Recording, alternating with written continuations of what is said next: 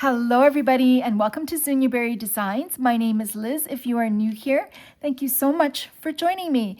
Today, I'm going to talk about digital organization, and what better time than the beginning of a brand new year, we're in January 2026, to get organized for our year. I get a lot of questions about how I organize.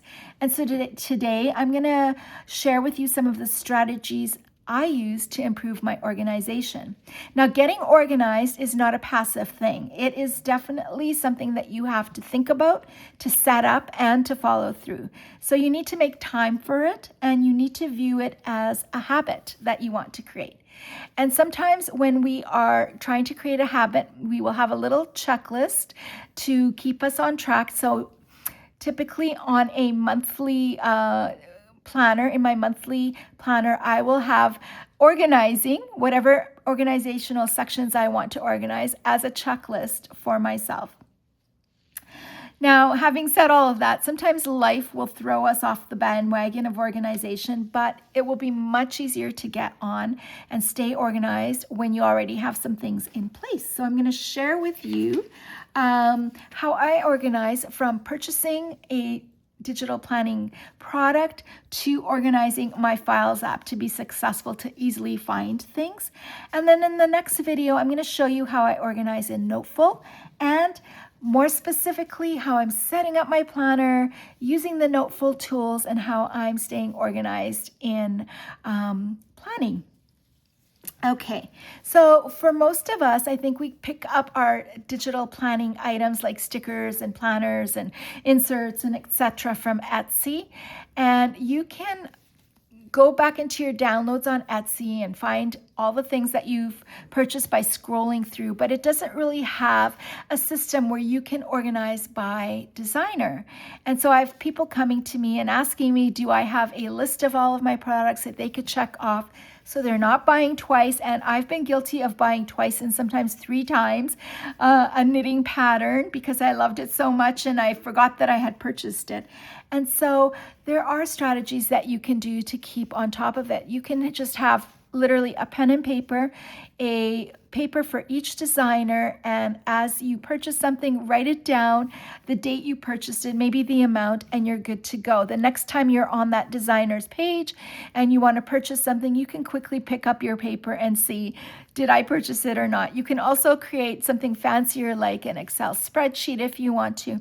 But I also have something available for you if you want to try, and it's a digital Etsy organizer. I'll show you how that works. It's super simple. You've got this first page which says the artists, and there are 40 artists you can follow and track your purchases. So if I tap on the first square, not double tap, just tap, it will take me to the artist's page, and I can put in all of my purchases. I'll show you exactly how that works. So let me go to Etsy, to my store. The very first thing I'm going to do is take the artist's logo. So I'll just tap on it, kind of slide it over, and go back to Noteful and plunk it into place right here.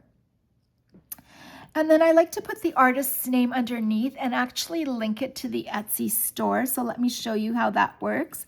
So let's do Zunya Berry Designs. And I'll just make this a little smaller. And kind of push it together a little bit. So then I will go back to the Etsy store and just press the up arrow and copy that link to the store and tap on Zunyaberry Designs link and press on this button, and it will link me right to that store if I want to get to see Zunyaberry Designs. If I tap on the Zunyaberry Designs artist's design, I will get to the page, and here is where I can store my purchases. So let's go back to Etsy. And let's say I've purchased the February stickers. So I will just take the listing photo and I'll just tap on it and slide it over and go back to the artist's page and put that into place in the square. And I like to write down the date I purchased it and how much it costs. And at the top, I can put the artist's name. So I can put my name up here in any font, any color, but I'm just going to keep it easy here. Zunya Berry Designs. And I also like to link to the store with the name up here. So I think I've already got that link. I think it's still in, there it is. It's still available. So now I can go back to my main artists page and click on any artist. So this is Mel's Knitwear, and here's all the items that I've purchased. I can click on her name up here and get to the Etsy page. I can click on the name down here and get to the Etsy page. So this is how sort of I'm organizing my purchases. Now we're going to talk about downloading your purchases. I wanted to take a note take time to tell you that Etsy, it limits the amount of megabytes an artist can upload to Etsy. So oftentimes artists will create a PDF with a link on it to either Dropbox or Google Drive, where you can retrieve the items that you've purchased. And so when you click on that link, it will take you to Dropbox. And when you click on download, this little thing will pop up. And I've had people ask me, do I need Dropbox? Do I have to pay for Dropbox to use all of this? And the answer is absolutely not. You will just ignore all of this and press or continue with download only, and you are good to go. So now that you've downloaded everything, it will show up, of course, in your Files app in your downloads. And sometimes we download a lot of things and it's in our downloads and it's everywhere. And we're so excited to use it that we upload it to our planning app. And then we've got this big mess in our Files app. And I really want to encourage you to set up your Files app for success. And it will take time. It will take time to create those folders, and it will take time to create tags, which are a great thing for organizing. But once you do it, it will be so much easier in the future. So I've just favorited my downloads so I can tap on it, and I keep anything that's on my iPad. So my downloads go to my iPad. If you want your downloads to go right to iCloud Drive, let me see in my papers here. I have a little note that tells me how to do that. You're going to go to Settings, click on Safari, and then Downloads, and then iCloud. And so anything that you download from Safari will go straight into your iCloud. Now, I use iCloud for 90% of everything because I do not want my iPad to have its storage full. So on my iPad has very minimal amount of stuff on it. Right now, Keynote has a lot in it, but I'm organizing my years, and once they're organized, I'm going to move them over to iCloud Drive.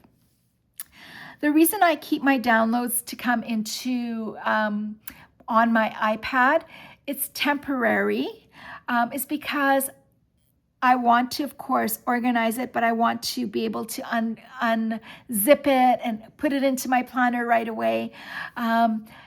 If I put all of this into iCloud Drive, I have really bad Wi-Fi here. And so it will take a while for it to upload again because iCloud Drive, you see this little download. So it takes a while for everything in the folder to be available for me to use again. So when I download something brand new, I download it to my iPad first, I get it into my planner, and then I will come back and organize everything. Currently in my downloads folder, I have a currently using. So I use my currently using is items in there that I use for design. And then I have an organize. So I'll move things from currently using to organize. And then I'll make a note to myself to go back to my organize folder and either delete items in there or make a folder in iCloud Drive for it. So I keep this really, really minimal and empty. And I also keep my recently deleted pretty empty as well. I often check it. I almost delete. Every time I delete something, I will go into the recently deleted and delete it as well. So on the sidebar here, you can store things on your iPad, on your iCloud Drive, on your Dropbox, or on your Google Drive if you want to. I don't use Google Drive. And so let's take a look at how I'm storing my stuff on iCloud Drive. So when you download an item from a designer, my recommendation to you is to create a folder for every designer that you download from.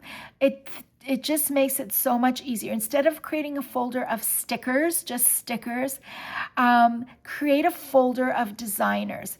That's another way to keep track of what you're purchasing as well. But I'm going to show you that you can use the tags to pop up all the stickers if you want to, but definitely leave them in their own folder. Now I'm going to show you my folder of Zunia Berry Designs, and there's folders within folders and sometimes within folders. So you're going to figure out what works for you. And sometimes you might have trouble kind of naming your folders. You might want to go back to your designer's sidebar page. Let's go back right here and see how they're labeling their items. So I've got digital monthly stickers and themed stickers. So that might give you an idea of how to label your folders. So let's just create another designers folder on here, and we're going to press the plus button, and I'm going to label this just a designer 1, not exclamation, designer 1.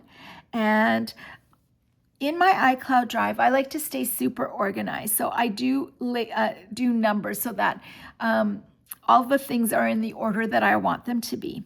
This is the time where you're going to take that designers folder and you're going to create a tag for it. So I have a tag for Zunia Berry Design. So if I tap on that tag, I come up. If you have a tag for another designer and you tap on it, only their items come up. Because you might just want to look at one, you might just want to go into a certain, find something that you know is in a certain designer's folder. So let's go back to iCloud Drive and let's tap and hold until the menu comes up, and we're going to scroll down to Customize Folder and Tags.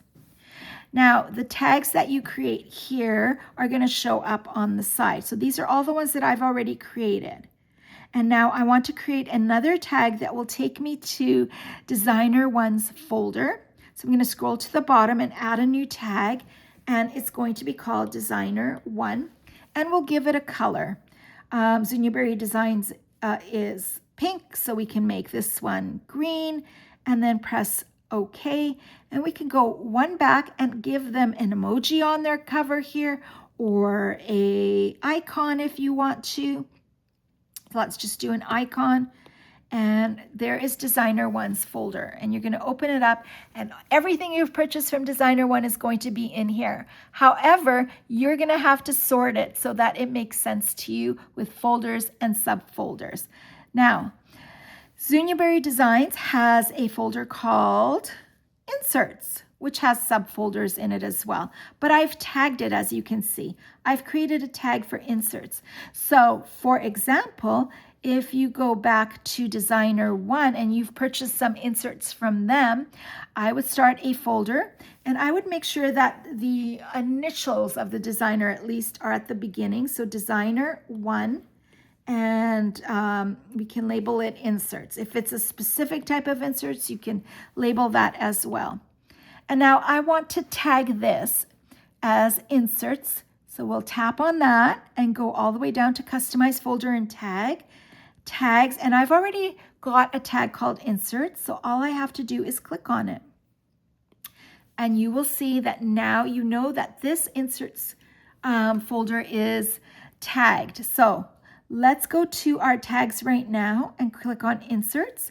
And now you've got Zunia Berry Design inserts and Designer 1 inserts. So you can have all the inserts that you've purchased tagged. And when you tap on inserts, they're all there for you. So this is such a great system to get to where you want to super, super easily. So for me, I've tagged monthly because that's the way that I create. And now I've got my stickers for each month at my fingertips. January 2025 sticker folder is there, 26. So I can have all of these stickers at my fingertips in split view in my planner. So play around with it, decide what works for you. Tags are wonderful. I also wanted to say you can take your tag and move it to wherever you want to. You can number it. So I've numbered January so that it would go in order February to December. So now I've got all my December stickers, inserts, journals, and of course it could be from journals from multiple artists, right? All you have to do is tag that file. But I would definitely make sure that each designer has its own folder to keep organized. So this whole idea is going to take you some time. It definitely took me several days because I had so much in here and I deleted almost all of it and started from scratch. I don't want you to do that, but I want you to take the time to organize this because sometimes in your planner, it's nice to split view with the Files app and get to where you want to super quickly.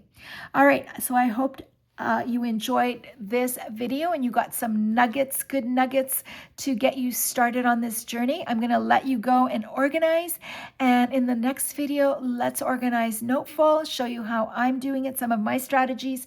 And the big one is how I'm setting up and using my planner and my organizer and all of the things in Noteful. So we'll see you in the next video. Bye, everyone.